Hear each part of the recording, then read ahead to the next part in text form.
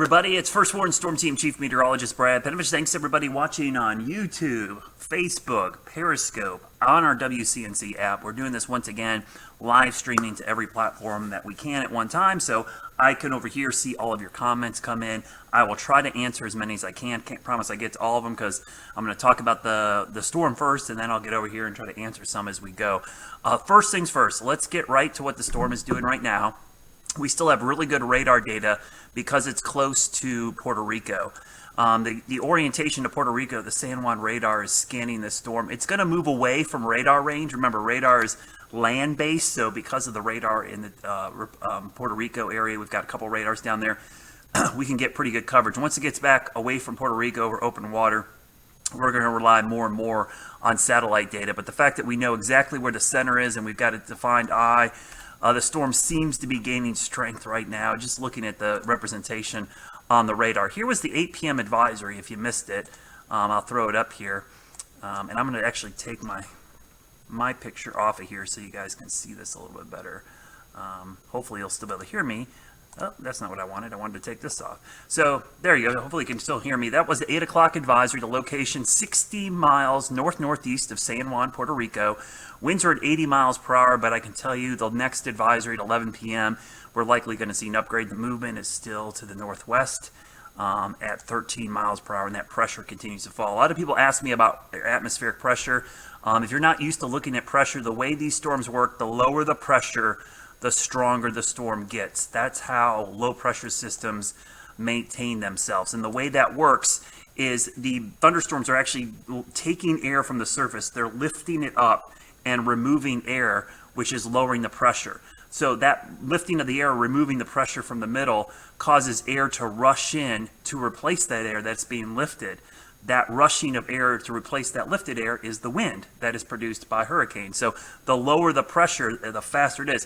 Think about it as being a deep waterfall. The steeper it is, the faster the water is going to flow over the waterfall. In this case, the faster the air is going to flow in to fill that void that's created by this intense low pressure. So as it continues to intensify, that pressure dropping is a bad sign, because that means it's intensifying. If you look on the satellite imagery, and this is what we'll have a lot at night, you can see an eye forming on the infrared satellite imagery right there. Hurricane hunters have noticed this on and off throughout the last couple of days, that the eye's been trying to form. So let me show you, first of all, the forecast as of 5 o'clock. One of the things about these updates, and I think I tweeted this and actually posted on my Facebook page, we only get track updates at 5 p.m., 11 p.m., 5 a.m., and 11 a.m.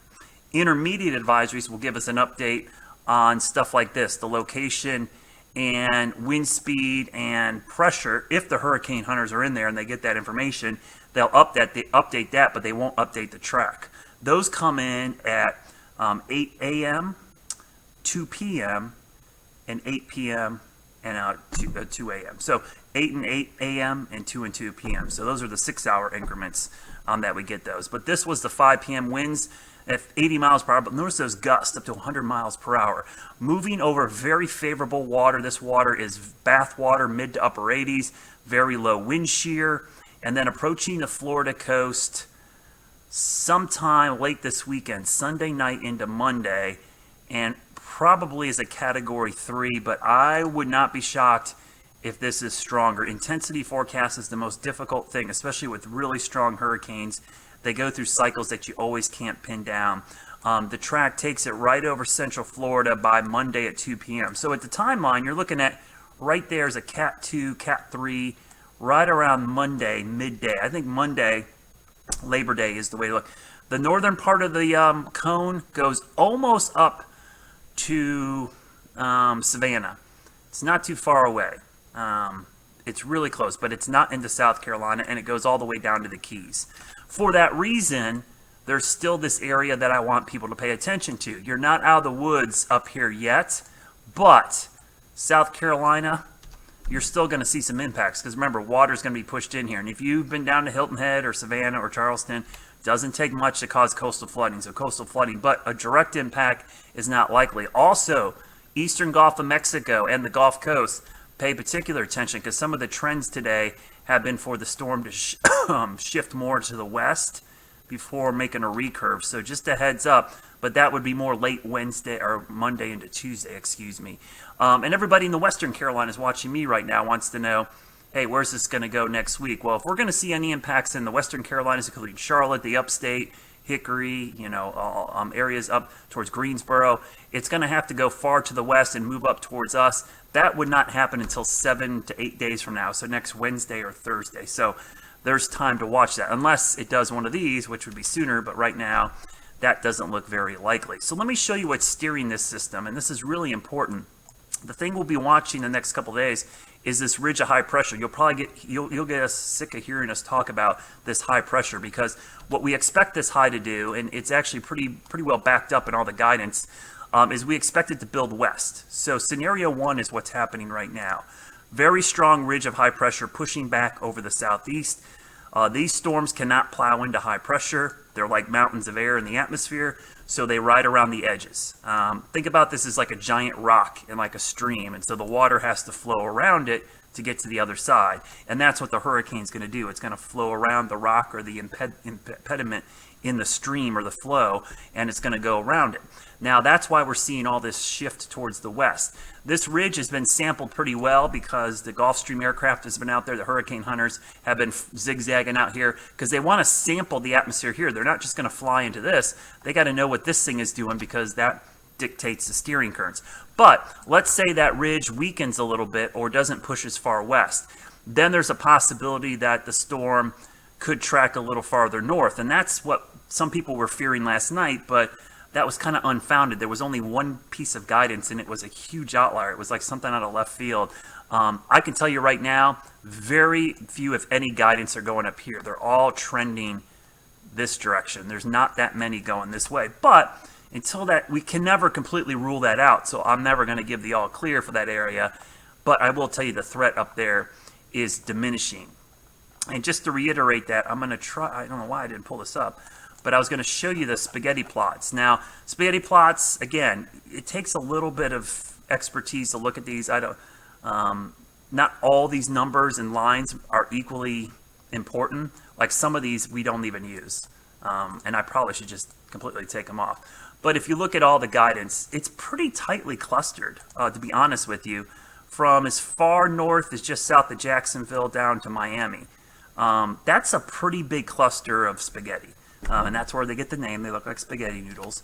But the tracks are all pretty much across Florida and into the Gulf, and then you see the recurvature at some point somewhere in here. Now the question is this a sharp turn? Is this a slow turn? Is it one of these? Though that is probably my biggest question right now. What does that turn look like? And depending on where that happens, that's going to have a big change of the influence up here. But look at the timeline of this. This is next Wednesday. So if you've got plans on the coast this weekend, pay attention to the weather. Whoop, it looks like my camera died. Let me refresh that.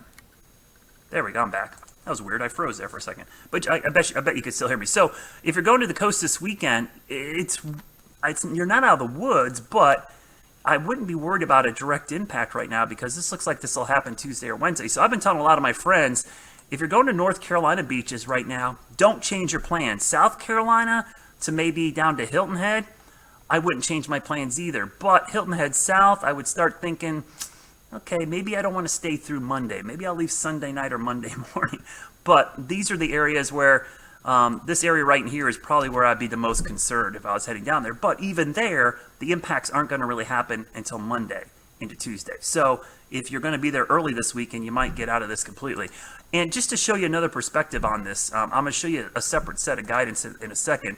But this is what my friends kind of jokingly call the Panovich preparedness index. And I kind of started using this about 3 years ago to give people a heads up of when you should get ready. So you can see the ready stage is 5 to 7 days out. Build a hurricane kit, have a plan. A lot of these things you should have done at the beginning of hurricane season, but pay attention to the forecast. And you can see that includes from Charleston all the way to Mobile and all of Florida. And then I had this area in yellow because you're in the cone pretty much. 3 to 5 days out inside the forecast cone, plan and prepared. I actually probably should extend this a little bit more, but I wanted to highlight the area that was closer to the 3 to 4 instead of the 5-day forecast. And then go 1 to 3 days out. This is when you have to put your plans to action. leave for higher ground, get shelter in place, or just be prepared for no service for days. So that's kind of my ready, set, go plan that we go with. Now, the thing I wanted to show you is I was working on this tonight because everybody asked me, Brad, what about the GFS and the Euro? Well, those two models are the two biggest global models we use, and we use those more for steering. Most of the tropical models actually are much smaller models that just focus on the smaller nest of information around the hurricane. But I did create a graphic tonight, and I make it. Now I can't find it. Let me see what I do with it. I literally just built this thing, and now I'm looking for it in my show here. And I can't find it, which is kind of weird. I just built this thing, so let me see if I can find it. So bear with me for a second. I open it up. But what I wanted to do is show the comparison of the GFS and the Euro using just the wind speed. So you can kind of see that they are kind of in agreement, but they're kind of not. So let me pull this up.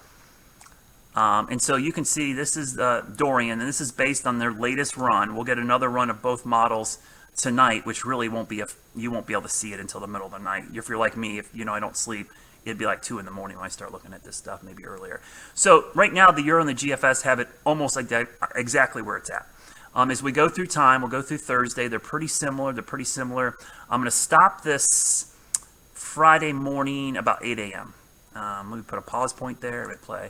Whoa, stop. I'm going to back this up for a second. I don't want to jump ahead. So there's the Euro and the GFS, and notice they're pretty much on top of each other. So I am plotting the wind field for each model. You see the GFS and Euro almost identical. Let's go forward to Saturday morning. There's a little bit of a split here. You're starting to see the GFS be a little farther north and the Euro be a little farther south. But honestly, they're pretty close, right? I mean, that's within the 200-mile air of the forecast cone. We'll go towards Sunday morning, 7 a.m. We're starting to see a split here. So something's happening on Sunday. The GFS is not making such a westerly turn, and the Euro is making a giant westerly turn. In fact, putting Miami more at risk where the GFS is further north. But also notice both storms have a decent hurricane, a big, powerful hurricane heading towards Florida.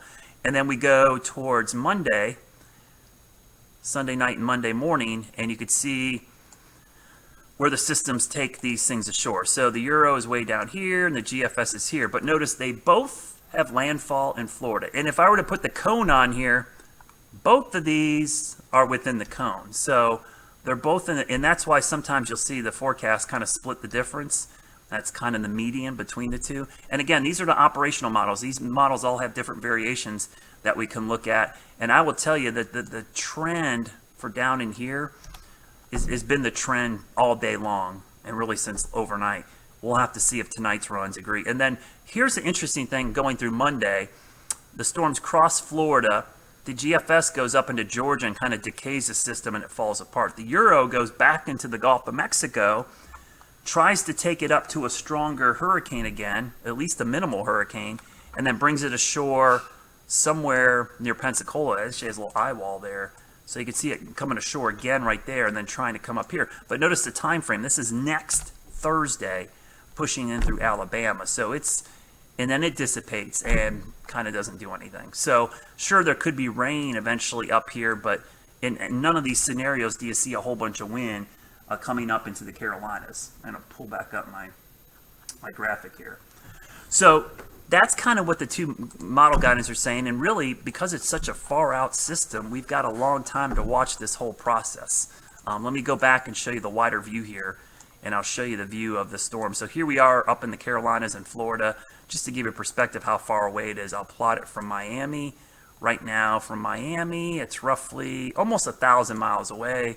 From Charlotte, this storm is about, let's give or take 1,400 miles away. From Jacksonville, let me erase that so you guys can see. From Jacksonville, it's about 1,200 miles away, and it's only moving 13 miles an hour. So it's got a ton of time for us to watch this. It's only Wednesday, and the first impacts will be as early as Sunday night, but most likely Monday on the coast. So that's kind of the latest thinking. Of course, I will keep this up to date. We'll probably do another one of these tomorrow, the next couple of nights. If you're wondering when we'll probably have a really good idea on where it is. We're getting a better idea. I would say the models are coming into better agreement. But once it's over in here, we're going to know how strong the ridge is to the north, and we're also going to know how big and strong it gets.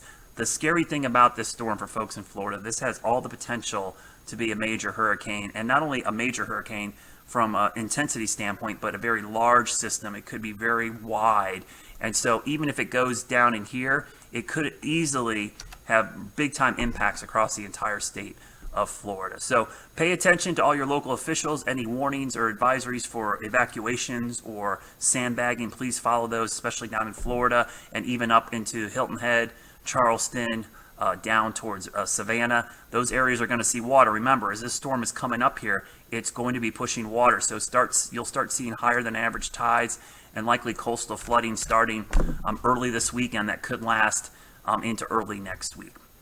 Hope you're having a great night, everybody. I'll try to go back and answer as many questions as I can. I see they're kind of popping back and forth, but I'll try to go back and answer as many as I can. Have a great night, everybody.